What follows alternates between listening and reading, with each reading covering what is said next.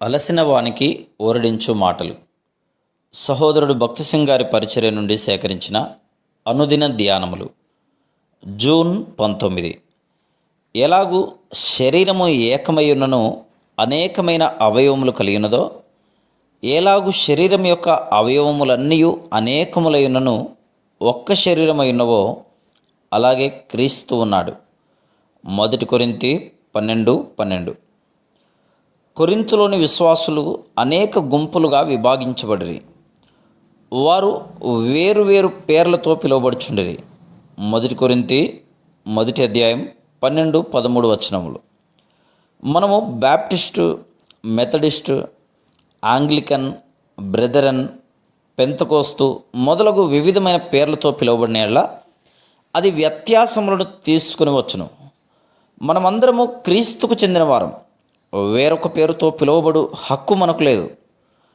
వివాహములు చేయుట కొరకైన అనుమతి, లైసెన్స్ కొరకు నేను దరఖాస్తు పెట్టినప్పుడు నన్ను నీవు ఏ శాఖకు చెందినవాడవు అని అడగగా, నేను క్రీస్తు శరీరమునకు చెందినవాడను, మాకు పేరు కానీ బిరుదు కానీ లేదు, మేము క్రైస్తవులము అని చెప్తిని.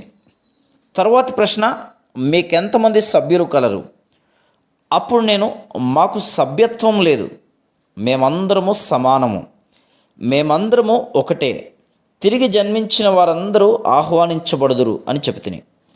అయితే ఈ ఏకత్వమునున్నది కాపాడబడవలను.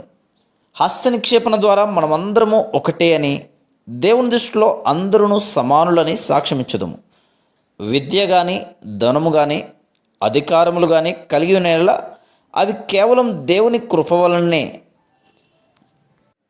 అయినను నేనేమయ్యున్నానో అది దేవుని కృప వలనే అయ్యున్నాను.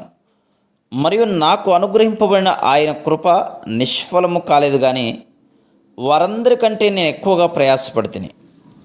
ప్రయాసపడింది నేను కాను, నాకు తోడై ఉన్న దేవుని కృపయే.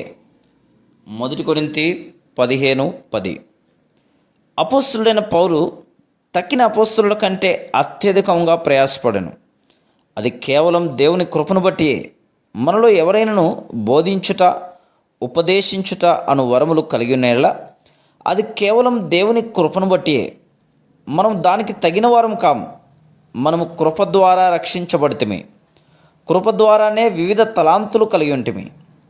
మనం పరలోకమునకు వెళ్ళిన తర్వాత మన నమ్మకత్వమును బట్టి బహుమానములు పొందుదుము, కానీ మన వరములను బట్టి కాదు.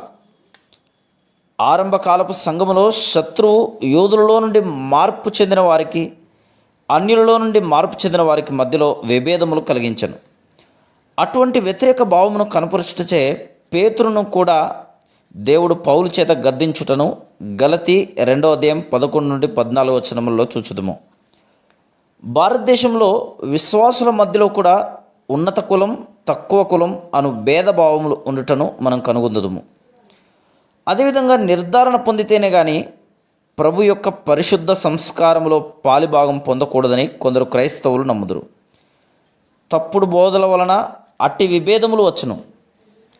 తిరిగి జన్మించిన వారందరూ ఒకటే, మరియు వారు ఒకటిగానే ఉండవలను. దేవుని ప్రజల మధ్యలో విభేదములు తీసుకుని వచ్చు ఆచారములు, పనులు, కార్యకలాపములలో విశ్వాసులంగా మనం పాలిభాగం పొందుటకు నిరాకరించవలను.